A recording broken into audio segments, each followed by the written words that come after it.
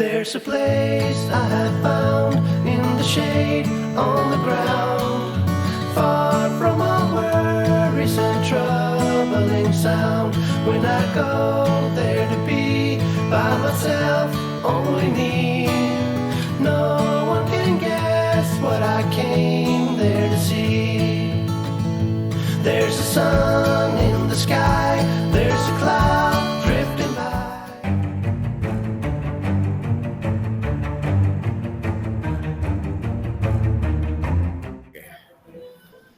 Halo Pak Ramdan, selamat siang, apa kabar? Selamat siang juga Pak Banu, alhamdulillah sehat. Pak Sehat ya Banu, Pak Pak ya? Banu gimana juga? Ya Sehat? Alhamdulillah sehat Pak, sehat walafiat bahagia. Ya. Pak Ramdan, yuk kita ngopi bentar, Bapak mau pesan apa nih? Oke, siap Pak Banu. Mau pesan kopi apa?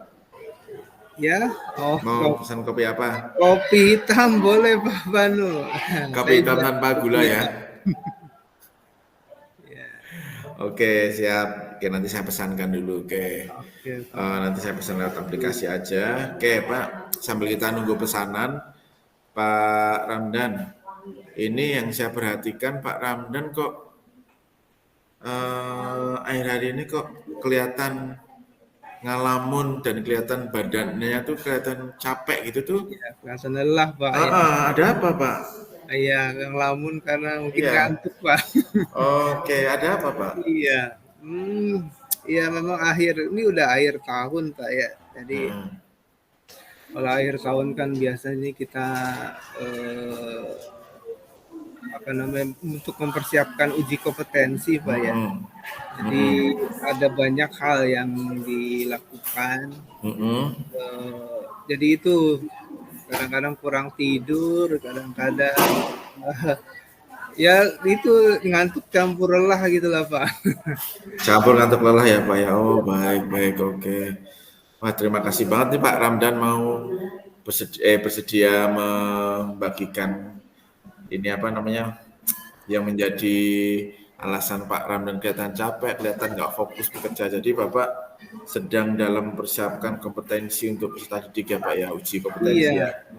Oh ya baik, oke Pak Ramdan.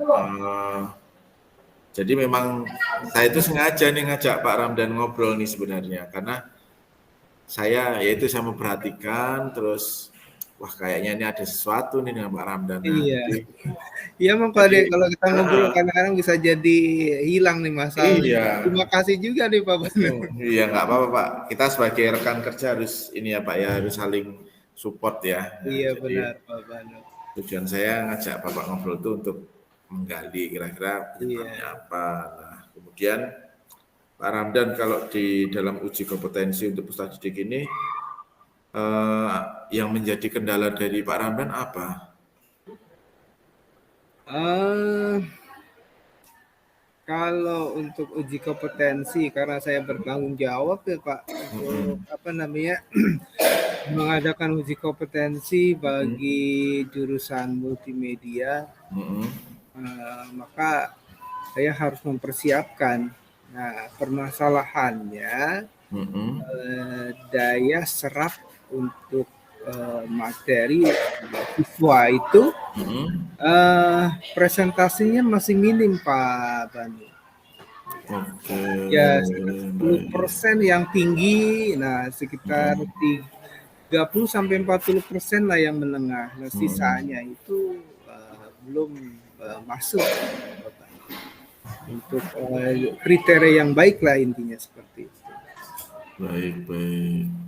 Jadi sebenarnya dari proses identifikasi yang Bapak sampaikan ini permasalahan utamanya itu adalah pada daya serapnya ya Pak ya terhadap peserta didik ini. Iya Pak Banu. Oke. Untuk mata pelajaran lain juga kurang lebih hampir sama ya Pak ya? Sama Pak. Sama ya. Daya serap dari peserta didik kita. Nah, kebetulan saya ini kan di bagian struktural ini kan sering mengamati juga untuk peserta didik ya Pak ya. Mungkin ada penyebab dari rendahnya daya serap peserta didik itu Kalau menurut Bapak sendiri penyebabnya apa, Pak? Penyebab. Eh, yang pertama itu mungkin waktu dari persiapan kali Pak ya. Waktu persiapan. Iya, jadi mungkin waktu persiapannya harus lebih banyak lagi gitu ya. Jadi membutuhkan waktu yang cukup banyak ya untuk terserapnya materi uji kompetensi. Karena uji kompetensi ini kan tentang desain gitu Pak ya. Jadi tentang desain, jadi poin-poin dari penilaian desain itu harus diulas atau diadakan pengayaan gitu ya. Pengayaan masing-masing itu poin-poinnya harus diberikan penguatan gitu ya. Baik. Diberikan penguatan. Oke, baik. Berarti ada beberapa hal penyebab utamanya ya. Jadi selain tadi daya serap peserta didik, kemudian itu dijabarkan kembali, ternyata ada persiapan yang membutuhkan waktu yang lebih panjang ya Pak ya untuk uji kompetensi ini ya Pak ya, dan ini memang harus segera kita sikapi ya Pak, atau kita tindak lanjuti. Ternyata waktu persiapan yang panjang itu memang penting sekali untuk membantu peserta didik memiliki daya serap yang lebih baik ya Pak ya. Nah selain itu juga Pak Banu ada juga sih selain waktu juga ketertarikan siswa terhadap materi dari uji kompetensi tersebut gitu Pak. Jadi kemungkinan ada kan tidak semua siswa yang SMK itu yang masuk ke jurusan yang dipilih gitu ya. Itu sesuai dengan keinginan mereka gitu Pak. Jadi kan mungkin dia waktu pertama kali masuk karena ada temennya ikut gitu Pak, jadi ikutan, atau karena juga mungkin ada paksaan dari orang tua, sebenarnya dia itu nggak menginginkan untuk masuk jurusan itu gitu loh Pak. Jadi di sana jadi timbul masalah gitu Pak. Oke, paham ya.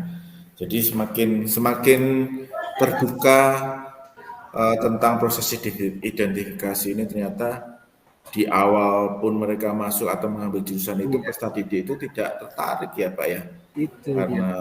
Karena ya gitu teman sama paksa orang tua. Nah, ini sebenarnya adalah tantangan buat kita ya, tim komunitas sekolah kita ya Pak ya. Benar Pak. Tantangan yang harus kita hadapi dengan penuh kegembiraan dan sukacita Pak. Iya Pak. Ya tetap semangat gitu Pak. Iya, harus tetap semangat karena ini adalah titipan Tuhan nih anak-anak kita ini. Oke. Nah kalau Pak Ramdan sendiri kira-kira untuk menyikapi ini semua memiliki rencana yang seperti apa Pak aksinya? Iya, jadi rencana saya itu tahun depan ya mungkin ya. Kalau sekarang kan mungkin sudah mau dilaksanakan ini Pak ya. Atau tetap ini masih ada sisa waktu sih Pak. Jadi mungkin akan ada pengayaan lebih intensif lagi lah. Nah, kalau untuk next step-nya mungkin waktunya saya akan tambah gitu. Jadi saya akan request ke kurikulum gitu Pak. Jadi mungkin untuk penambahan waktu, penguatan gitu ya, pengayaan. Nah, yang kalau untuk menangani permasalahan ya siswa itu, peminatan siswa ya, mungkin saya akan nanti akan mengusulkan ke tim penerimaan siswa baru untuk mengadakan interview gitu Pak ya. Mhm. Jadi untuk masuk ke jurusan itu harus melalui interview apakah memang eh, apa namanya benar-benar berminat dengan Mhm. kompetensi yang dipilih gitu. Mhm. Atau untuk mengatasi permasalahan itu juga ya saya harus menghadirkan mungkin pembelajaran yang menyenangkan mungkin Pak ya. Iya. Itu juga visi saya. Jadi dengan menyenangkan mungkin dari yang tadinya tidak tertarik gitu ya menjadi tertarik gitu Pak. Ya memang sementara ini saya tuh fokusnya pada ngejar apa nilai untuk atau nilai atau kompetensinya itu. Jadi untuk apa karakter dan penguatan yang lain mungkin tidak terlalu saya pikirkan gitu Pak. Oke, baik. Seperti itu Pak Bani. Baik, berarti memang Bapak sudah memiliki rencana-rencana aksi nyata yang memang sangat baik ya Pak ya. Dengan apa namanya, mengajukan untuk pengayaan yang lebih intensif, Iya, kemudian benar Pak. ketika kita harus tahu nih, kira-kira minatnya sesuai dengan bakatnya atau tidak nih ya, Iya, jurusannya, makanya harus ada interview ya Pak ya, kemudian menciptakan pembelajaran yang menyenangkan. Nah, yang Bapak sampaikan ini sungguh sungguh luar biasa sekali dan ini iya, memang harus kita actionkan ya. iya Pak. Nah, ini dan kita pun juga pasti harus memiliki komitmen yang kuat ya. Iya, Nanti kita bersama-sama dengan apa namanya, dengan rekan-rekan kerja bersama-sama membuat komitmen yang kuat seperti siap, yang Bapak rencanakan itu ya Pak ya. siap Pak, siap. Benar begitu ya Bapak setuju ya? Siap. Oke, terima kasih Siap ya. selalu Pak. Ya, Pak Andam sudah mau sharing kegelisahannya dan ternyata Pak Ramdan punya rencana aksi yang harus segera dieksekusi ya Pak ya. Iya Keren Pak. banget nih Bapak nih ya. Oke, terima kasih. Oh, yang mau nih kopinya udah datang Pak. Kita minum dulu ya Pak ya. Aduh boleh Pak untuk Oke. menghilangkan ngantuk nih Pak. Iya. Menyegarkan Oke. lagi. Ya, Siap. ya. Terima Terima kasih kasih Pak Pak. Ramdan. Mm-mm. Oke, terima kasih Pak. Kita minum Ya, sama Pak. balik dulu ke Terima kantor ya kasih. Pak ya. Oke Pak. Ya, terima kasih. Siang Pak Ramdan. Ya.